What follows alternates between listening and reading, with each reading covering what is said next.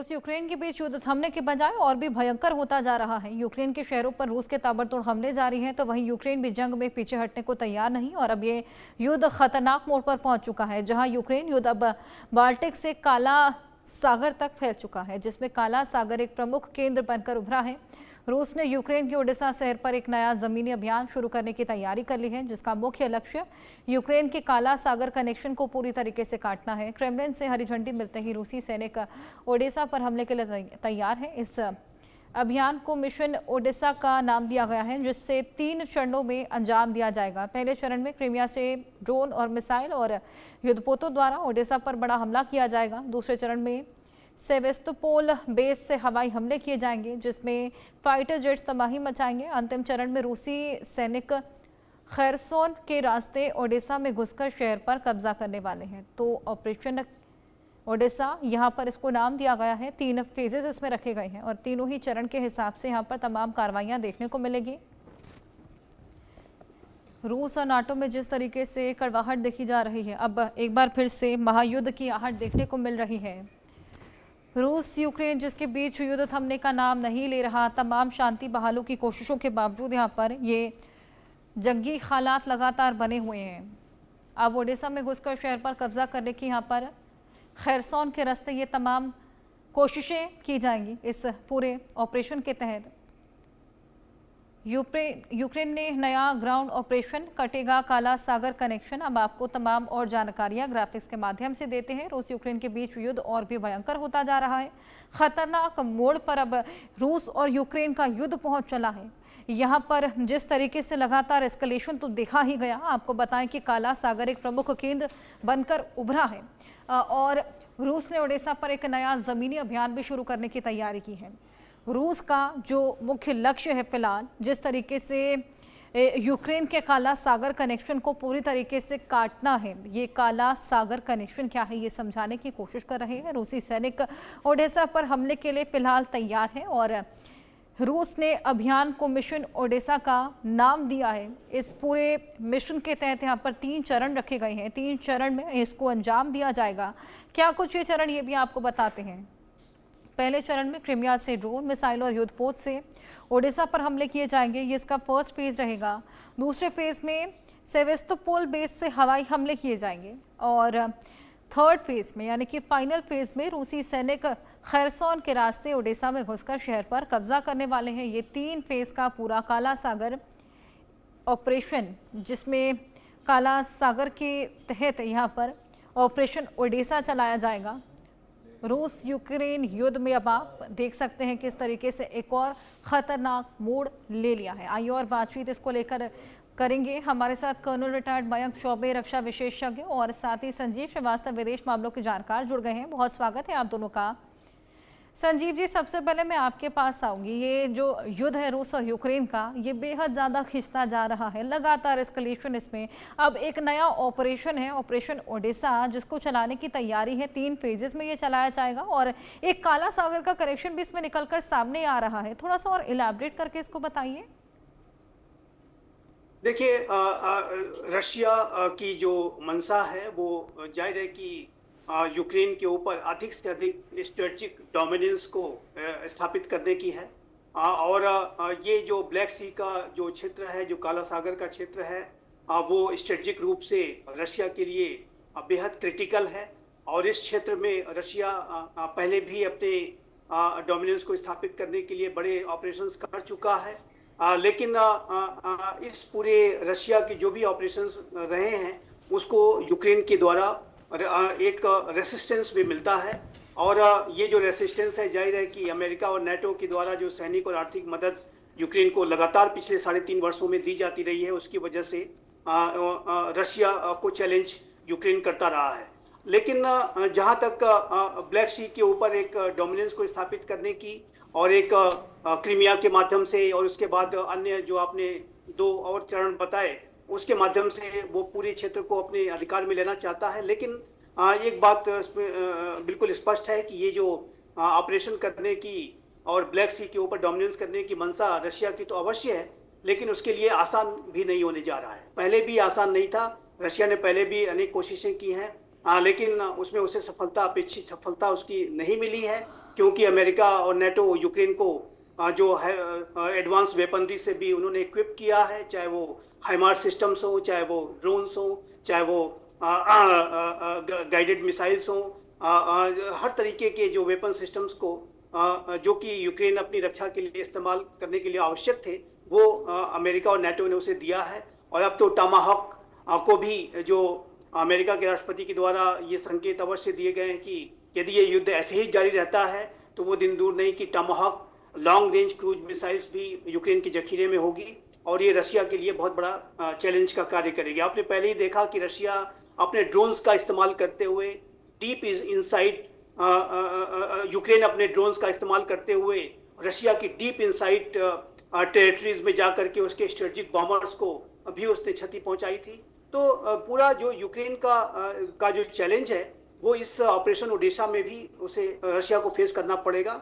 Russia अवश्य इस बात की कोशिश कर रहा है कि वो ब्लैक सी पर अपना आधिपत्य करे, लेकिन जैसा कि उसको पूरे यूक्रेन के संदर्भ में भी अपेक्षित सफलताएं नहीं मिली हैं। रशिया की मंशा, रशिया के राष्ट्रपति व्लादिमीर पुतिन की तो मंशा ये थी कि वो 15 से 20 दिनों के अंदर ही यूक्रेन को पूरी तरह से अपने अधिकार में लेकर के वहां पर अपनी पपेट गवर्नमेंट बिठाएंगे, और इस तरीके के मंसूबे पाल रखे थे। लेकिन जाहिर है कि ये जो रशिया के द्वारा यूक्रेन पर हमला किया गया वो जिस आधार को बना करके किया गया, नेटो के एक्सपेंशन को आधार बना करके किया गया, उसको पूरे अमेरिका और नेटो ने अपनी हेजेमोनी के लिए एक बड़े चैलेंज के तौर पर लिया। और जैसा कि मैं आपके सोच में पहले भी कहता रहा हूं कि एसेंशियली अगर देखें, मूल रूप से देखें तो रशिया और यूक्रेन के बीच का जो युद्ध है ये रशिया और यूक्रेन के बीच का नहीं है, बल्कि अप्रत्यक्ष रूप से इनडायरेक्ट तरीके से ये महाशक्तियां ही एक वर्चस्व की प्रतिद्वंदिता कर रही है। ये यूरोपियन थिएटर में महाशक्तियों के बीच में अप्रत्यक्ष रूप से इनडायरेक्ट तरीके से की जा रही वर्चस्व की प्रतिद्वंदिता है, और जिसको कि हम रशिया यूक्रेन के युद्ध के रूप में देख रहे हैं। और ये जो प्रतिद्वंदिता है लगातार जारी है। एक बात मैं और भी कहना चाहता हूं कि इसका कोई हार और जीत का आउटकम नहीं निकलना है, क्योंकि ये महाशक्तियां लड़ रही हैं। यूक्रेन के कंधों पर बंदूकें अमेरिका और नेटो रख के चला रहे हैं, और ये अमेरिका और नेटो उसको पूरी रशिया के एग्रेशन को अपने लिए उन्होंने चैलेंज के तौर पर लिया है, क्योंकि रशिया यूक्रेन के युद्ध को अमेरिका और नेटो ये मान के चल रहे हैं कि यदि यूक्रेन का कब्जा रशिया पर हो जाता है तो वो जॉर्जिया, मोल्डोवा, पोलैंड और जितने भी जो राष्ट्रपति पुतिन का पुराने सोवियत यूनियन के गौरव को हासिल करने का जो मंसूबा है उसकी तरफ बढ़ेंगे। इसी वजह से अमेरिका और नेटो किसी भी हालत में वो रशिया को यूक्रेन में जीतने नहीं देंगे। और ये जो पूरी लड़ाई है, जाहिर है कि रशिया भी हारने के लिए तैयार नहीं है, तो इसमें किसी हार या जीत का इसमें कुछ निकलना नहीं है। सबसे अच्छा और बुद्धिमत्तापूर्ण यही होगा कि संवाद का रास्ता तैयार करते हुए एक सीज फायर को जल्द से जल्द स्थापित किया जाए। और 3.5 वर्षों में जाहिर है कि भारी तबाही और बर्बादी यूक्रेन की हुई है, रशिया के सैनिकों की हुई है, रशिया के बिल्कुल संजीव जी, हालांकि जिस तरीके से आपने डायलॉग की बात कही वो डायलॉग की सिचुएशन ही यहाँ पर नहीं बन पा रही तमाम कोशिशों के बावजूद। खैर, आपके पास मैं वापस लौटूंगी। एक और बड़ी खबर इसी बीच दर्शकों को दे दी। युद्ध विराम के लिए पुतिन ने 5 शर्तें रखी हैं। शर्त मानने पर युद्ध विराम संभव होगा। लुहांस्क और डोनेस्क रूस को मिले, यूक्रेन को नाटो की सदस्यता ना दी जाए, और यूक्रेन में शांति सेना की तैनाती ना हो। ये तमाम मांगे यहाँ पर अब पुतिन द्वारा रखी गई हैं। यूक्रेन को नाटो की सदस्यता ना दी जाए, यूक्रेन में शांति सेना की तैनाती ना हो। मयंक जी, पुतिन हालांकि शुरुआत से ही हम देख रहे हैं कि अड़िग नजर आ रहे हैं। अब ये जो 5 शर्तें रखी हैं, क्या लगता है यूक्रेन ये मानेगा? क्योंकि कहीं ना कहीं जिस तरीके से संजीव जी ने भी बोला था, ये एक प्रॉक्सी वॉर जैसा अब हो गया है। हर्षा जी, इस समय शुरुआत करने से पहले मैं आपके सभी दर्शकों को दीपावली की बहुत बहुत शुभकामनाएं देना चाहूंगा आपके माध्यम से। जैसा कि संजीव जी ने बताया कि इस समय रूस की सेनाएं जो हैं वो यूक्रेन के पूर्वी भाग में करीब करीब 30% अंदर घुस चुकी हैं, यूक्रेन की जमीन को कब्जा लिया है। क्राइमिया में आपको ध्यान होगा फरवरी-मार्च 2014 को ही उन्होंने कब्जे में ले लिया था। अब उन्होंने जो काम शुरू किया है वो किया है सेवस्टोपोल से। वो फायर करेंगे अपने ड्रोन्स को और मिसाइल्स को। वो कहते हैं टारगेट को पहले पल्वराइज करते हैं, उसको पहले थोड़ा सा सॉफन करते हैं जिससे कि ग्राउंड फोर्सेस जो है वहां तक जा सके। ग्राउंड फोर्सेस मार्च करेंगे आपकी खेरसॉन से। खेरसॉन जो है वो नाइपर रिवर के बिल्कुल जहां पर वो ब्लैक सी में जाके मिलती है उस एरिया से है। तो एम पूरा है कि ओडेसा को अपने कब्जे में लेना और अपनी जो जमीन उन्होंने हथियाई है रूस ने, उसको और थोड़ा सा बढ़ाना। ये दक्षिणी ओर से बढ़ाने का है, और जिसकी वजह से ब्लैक सी जो है वो जमीनी रास्ते से पूरी तरीके से यूक्रेन से कट जाएगी। तो यूक्रेन एक तरीके से ऊपर नॉर्थ में Russia, Belarus, Romania, Hungary, Moldova, Slovakia, इन देशों से घिरा रहेगा, और नीचे भी आधिपत्य रूस का होगा। अब जैसे कि पुतिन साहब ने कहा है कि इस समय डोनेस्क और उन्होंने शायद लेबेनिन का नाम लिया था, तो इस इलाके में पहले से ही रूस की सेनाएं मौजूद हैं। अब उनका कहना यह है कि अब इस एरिया से वो विड्रॉ नहीं करेंगे। और दूसरा, नेटो फोर्सेस या पीस कीपिंग फोर्सेस जो हैं वो यूक्रेन में नहीं आएंगी, यूक्रेन को नेटो की सदस्यता नहीं प्रदान की जाएगी। इस समय मुझे दिख रहा है कि रूस का एक अपर हैंड है, जैसा कि उनके एक अफसर ने बताया है कि नेटो इस समय अपने आप को गठित कर रहा है रूस पर धावा बोलने के लिए, परंतु रूस इस समय एक अपर एज लेके बैठा है। उसने जमीन को ऑक्यूपाई कर दिया है और आगे और जमीन ऑक्यूपाई करने की फिराक में है। यूक्रेन जो है वो किराए के हथियार लेकर लड़ने की चेष्टा कर रहा है, इसके पीछे मंशाएं बहुत हैं। ये एक प्लेन युद्ध ना होकर बहुत बड़ी इसमें चालें चली जा रही हैं, बहुत कुछ इन्वॉल्व है इसके अंदर, जितना कहा जाए उतना कम है। फिलहाल जो है ये जोर आजमाइश चलती रहेगी। पसे पर्दा मेरा मानना है कि नेगोशिएशंस भी चल रहे हैं। जी हर्षा जी। बिल्कुल संजीव जी, जिस तरीके से नया ऑपरेशन यहाँ पर चलाने की तैयारी है, ऑपरेशन ओडेसा, और उसके 3 चरणों के बारे में भी जानकारी दी जा रही है, लेकिन आमतौर पर हमने देखा है कि जब कोई ऑपरेशन चलाया जाता है तो उसको सीक्रेटिव तौर पर रखा जाता है। यहाँ पर खुलेआम ओडेसा के बारे में जानकारी दी जा रही है, किस किस चरण में चलाया जाएगा, ये थोड़ा फिशी नहीं लगता? ये आपने बहुत ही महत्वपूर्ण ये बिंदु उठाया है। और देखिए, ये जो पॉस्चरिंग है वो की जा रही है वर्तमान समय में, चाहे वो अमेरिका के राष्ट्रपति डोनाल्ड ट्रंप के द्वारा ये कहना कि हम यूक्रेन को टमाहॉक लॉन्ग रेंज क्रूज मिसाइल्स दे सकते हैं, वो भी एक पॉस्चरिंग का ही पार्ट था। और वहीं दूसरी तरफ अब रशिया इस तरीके के ऑपरेशन को खुलेआम इसके बारे में सारी बातें बता रहा है, वो भी एक पॉस्चरिंग का ही पार्ट है। और इसेंशियली अगर वर्तमान समय की जो स्थितियां हैं, चाहे वो रशिया हो चाहे यूक्रेन हो, दोनों ही इस बात को तो मानते अवश्य हैं कि ये युद्ध अब रुकना चाहिए, लेकिन उस युद्ध में जो क्या कंडीशंस होंगी, जो अभी तक जो रशिया के द्वारा ऑक्युपाइड टेरिटरीज हैं उसका उस पे क्या होगा, क्या हो सकता है, और यूक्रेन का जो आगे आने वाला जो भविष्य है वो कैसा होगा, क्या वो नेटो में रशिया उसे जाने की इजाजत दे सकता है या नहीं दे सकता है, क्या अमेरिका और जो नेटो के राष्ट्र हैं रशिया के सामने झुकेंगे या नहीं झुकेंगे। अनेक ऐसे जटिल प्रश्न हैं कि जिसकी की वजह से ये जो नेगोशिएशंस है वो आगे नहीं बढ़ पा रहे हैं। और इसमें कोई दो राय नहीं है कि जो ये जो लड़ाई, जैसा कि मैंने कहा कि इसेंशियली ये महत्वाकांक्षाओं की लड़ाई है, ये वर्चस्व की प्रतिद्वंदिता है। और इस वर्चस्व की प्रतिद्वंदिता में अगर कोई सीज फायर की बात भी अगर ये करने की तरफ बढ़ रहे हैं, तो उसके पीछे, उसके करने से पहले वो अपनी पॉस्चरिंग को और अपनी पोजीशन ऑफ स्ट्रेंथ को मजबूत दिखाने की कोशिश कर रहे हैं। ये जो बातचीत है, यदि आप डोनाल्ड ट्रंप के भी बयानों को उठाकर देखें तो डोनाल्ड ट्रंप इस बात के लिए बिल्कुल भी तैयार नहीं है कि वो रशिया के साथ कहीं कमजोरी के बिंदु से कोई नेगोशिएट करना चाहते हैं। वो भी अपना पोस्चर, अपनी पोजीशन ऑफ स्ट्रेंथ मजबूत करके रखना चाहते हैं, और इसी पोजीशन ऑफ स्ट्रेंथ को मजबूत करने की प्रक्रिया में उन्होंने लगातार यूक्रेन को बड़े एडवांस वेपन्स दिए हैं, F-16 प्रोवाइड करा दिया अमेरिका यूरोपीय राष्ट्रों ने मिलकर के, और उसके बाद अब टमाहॉक की भी बात कर रहे हैं, हाइमार्स आप पहले ही देख चुके हैं, अन्य इक्विपमेंट्स आप लगातार दे रहे हैं, पैसे की लगातार मदद दी जा रही है। और वहीं रशिया भी बड़ी एक्सरसाइजेस कंडक्ट करता है, कभी वो बेलारूस के साथ एक्सरसाइजेस कंडक्ट करता है, कभी वो स्वयं से ऑपरेशन ओडेसा जैसा ये प्लान कर रहे हैं। तो ये जो पूरी स्थिति है हर्षा जी, ये एक पॉस्चरिंग का पार्ट मैं ज्यादा इसको देखता हूँ। इसके पीछे बड़े कार्रवाइयों को करने की जो एक जज्बा है वो कम दिखाई देता है, क्योंकि ये 3.5 वर्षों का युद्ध ऑलरेडी हो चुका है। और ये उस तरीके का जज्बा आज नहीं है दोनों ही सेनाओं में, जैसा कि फरवरी 2022 में था। तो ये मेरा मानना है कि बातचीत अवश्य होगी। और देखिए, कोई भी वॉर एंडलेस नहीं हो सकता, भले से महत्वाकांक्षाएं एंडलेस हो सकती हैं, लेकिन इस महत्वाकांक्षाओं को हासिल करने की प्रक्रिया में जो एफर्ट्स डाले जा रहे हैं वो एंडलेस नहीं हो सकते, और तब तो एंडलेस बिल्कुल भी नहीं हो सकते जब आपको उसमें बड़ी चुनौतियों का सामना करना पड़ रहा है। और चूंकि महाशक्तियां लड़ रही हैं, इसलिए ये युद्ध लंबा भी अगर खींचेगा तो जाहिर है कि चलता ही जाएगा, जो कि महाशक्तियां भी अब नहीं जाना चाहती।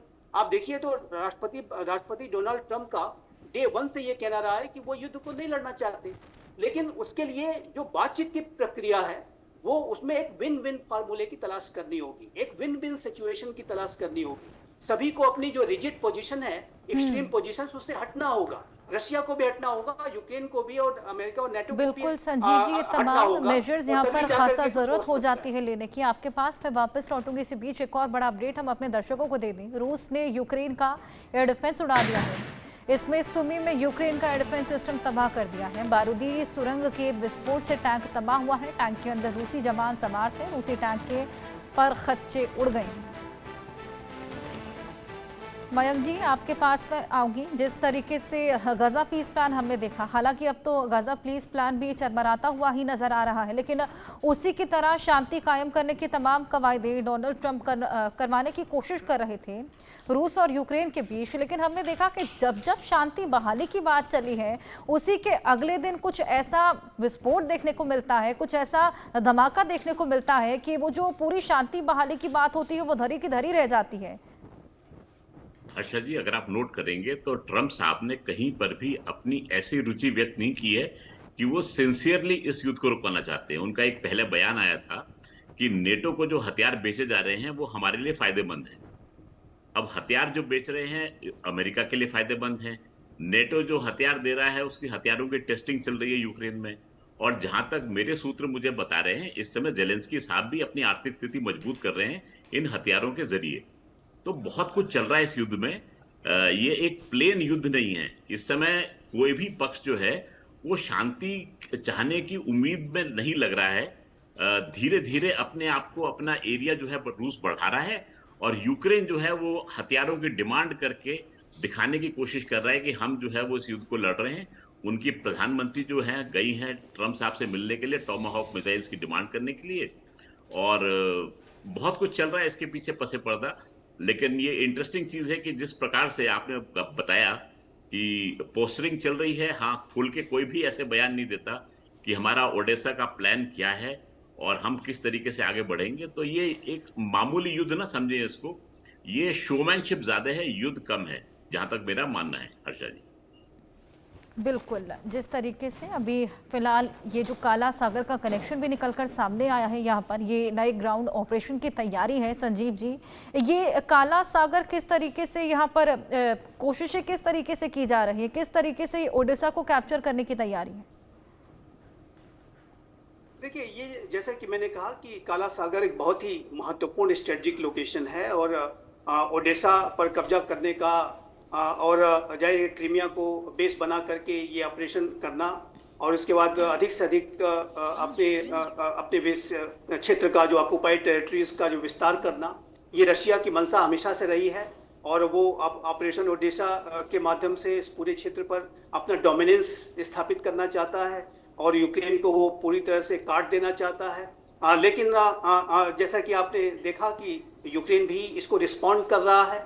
यूक्रेन ने ब्लैक सी में कई रशिया के पहले भी जो नेवल असेट्स हैं उसको भारी क्षति पहुंचाई थी, उसको वहां से उसको बिल्कुल डुबो दिया था अपने हमलों के माध्यम से, और जाहिर है कि वो हथियार अमेरिका और नेटो यूक्रेन को देते रहे हैं। देखिए हर्षा जी, एक बात बहुत स्पष्ट है कि ये जो रशिया यूक्रेन के बीच का युद्ध है, यदि ये इसको यूक्रेन को स्वयं से लड़ना होता तो ये 15 दिन से ज्यादा नहीं चल पाता और ये लड़ाई का फैसला हो गया होता। लेकिन चूंकि इस लड़ाई में महाशक्तियां शामिल हैं, और महाशक्तियां रशिया के एग्रेशन को उन्होंने अपने लिए चैलेंज के तौर पर लिया है। अमेरिका और नेटो ने अपनी हेजिमोनी, जो कि वेस्टर्न जो यूरोपियन थिएटर में उसकी जो हेजिमोनी है अमेरिका और नेटो की, उसको रशिया ने यूक्रेन के ऊपर हमला करके चैलेंज करने की उसे कोशिश की, जिसको कि अमेरिका के बाइडेन एडमिनिस्ट्रेशन ने बहुत ही गंभीरता के साथ लिया और लंबी लड़ाई लड़ी, और रशिया को एक मैं कहूंगा कि बहुत ही स्ट्रांग चैलेंज उसने पेश किया। और अमेरिका को इस बात की भी चिंता थी कि यदि वो यूक्रेन में नहीं लड़ेगा,